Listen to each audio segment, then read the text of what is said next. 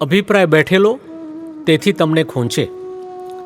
અભિપ્રાયને લીધે આ વસ્તુઓ રહેલી છે. અભિપ્રાયને લીધે વસ્તુનો રસ રહેલો છે. વસ્તુનો ત્યાગ કરવાનો નથી. વસ્તુનો અભિપ્રાય છે એ ખોટો છે એવું સમજવાનું છે. દાદા ભગવાન એક સત્સંગી જ્ઞાની પુરુષ દાદા ભગવાનને કહે છે, કોઈના માટે અભિપ્રાય બંધાયો તો અભિપ્રાય બાંધનારો જે માણસ છે તે પણ બંધાઈ ગયો ને. દાદાશ્રી સમજાયું છે, બેઉ બંધાયા.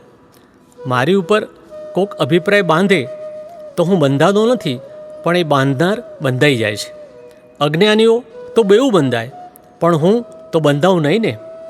મારી ઉપર તમારે જે નાખવું હોય તે નાખો, પણ હું નાખવા તૈયાર નથી ને. ભગવાન મહાવીરને માટે લોકોને અભિપ્રાય હતા, પણ મહાવીર ભગવાનને કોઈને માટે અભિપ્રાય નહોતા.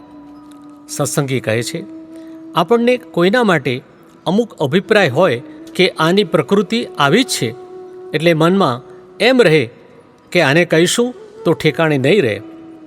દાદાશ્રી કહે છે, જ્યાં સુધી મય અભિપ્રાય હોય કે સામાને ટળકાયા વગર ચાલે તેમ નથી, ત્યાં સુધી સામા જોડે કંઈક થયું તો એ ટળકાયા વગર રહે નહીં.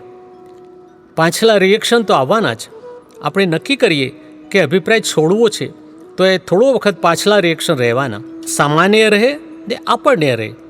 આપણે સામા પર અભિપ્રાય રાખીએ એટલે એ આપણી પર રાખે. આપણે આપણો અભિપ્રાય તોડી નાખીએ તો એનો એટલે કે સામેનાનો અભિપ્રાય એની મેળે ખરી પડે.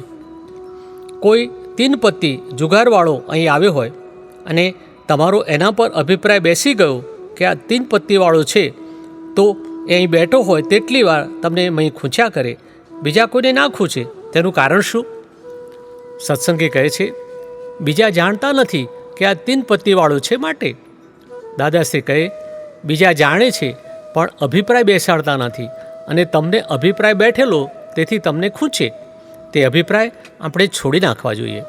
આ અભિપ્રાય આપણે જે બાંધ્યા માટે એ આપણી જ ભૂલ છે, તેથી એ ખૂંચે છે. સામો એમ નથી કહેતો કે મારે માટે અભિપ્રાય બાંધો. આપણને ખૂંચે એ તો આપણી જ ભૂલનું પરિણામ છે. હવે અભિપ્રાય એટલે પોતાને એમ ખાતરી થઈ કે આ આવો છે એટલે એ અભિપ્રાય આપે. ભગવાન કહે છે એ એવો નથી. અભિપ્રાય કોને કહેવાય કે આજે કોઈ પણ માણસ આપણે ત્યાં ચોરી કરી ગયો, એ બીજે દહાડે આપણે ઘેર આવે તો એને ચોર માનવો એ અભિપ્રાય કહેવાય. એ અભિપ્રાય બાંધેલો છે. ભગવાન કહે છે, તું એ ગુનેગાર છે એ શા આધારે માને છે? આજે એના કર્મના ઉદય જુદી જાતના પણ હોય. અત્યારે એ આવે તે ઘડીએ એના કર્મના ઉદય જુદી જાતના છે, કાલે એના કર્મના ઉદય જુદી જાતના હોય. આપતસૂત્ર, કશાનો અભિપ્રાય ના રહેવો જોઈએ. અભિપ્રાય એટલે તમે એની અનુમોદના કરી. ખોટું એને ખોટું જાણવું, ખરું એને ખરું જાણવું. ખોટા પર કિંચિત માત્ર દ્વેષ નહીં, ખરા પર કિંચિત માત્ર રાગ નહીં. ખરું ખોટું હોતું જ નથી. ખરું ખોટું એ દ્વંદ્વ છે, ભ્રાંત દ્રષ્ટિ છે, સામાજિક સ્વભાવ છે. ભગવાનની દૃષ્ટિમાં એવું નથી. ભગવાનની દૃષ્ટિમાં ટેબલ પર જમે છે તે ને સંડાસ જાય છે તે બંને સરખું છે. દાદા ભગવાન.